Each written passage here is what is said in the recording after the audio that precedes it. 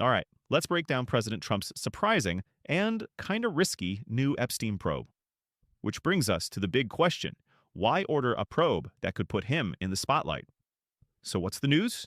Trump has officially told the DOJ to investigate Epstein's associates.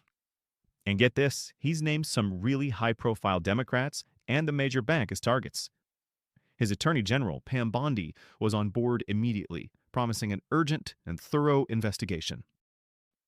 And Bondi's not messing around. She's put top New York prosecutor Jay Clayton in charge. So you gotta ask, why now? Well, Trump is framing this as strictly a Democrat problem. He's even calling any focus on his own ties a Russia, Russia, Russia type scam. But the timing here is everything.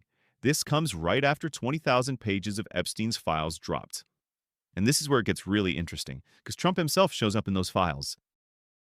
For example, in a 2018 email, Epstein wrote something pretty damning about Trump. And he apparently told an author that Trump, quote, knew about the girls. Pretty explosive stuff. Another email to Ghislaine Maxwell hinted that Trump was the one person who never got mentioned. So, it all begs the question, is this a real investigation or just a political smokescreen? And this chart really lays it out. The targets are Democrats, but the files also name Republicans. So, critics are saying this is totally selective. He's only targeting his political opponents, right? And because of this, a bipartisan group in Congress is now pushing to release all government Epstein files. Okay, so let's look at what happens next. There are basically two big things in motion.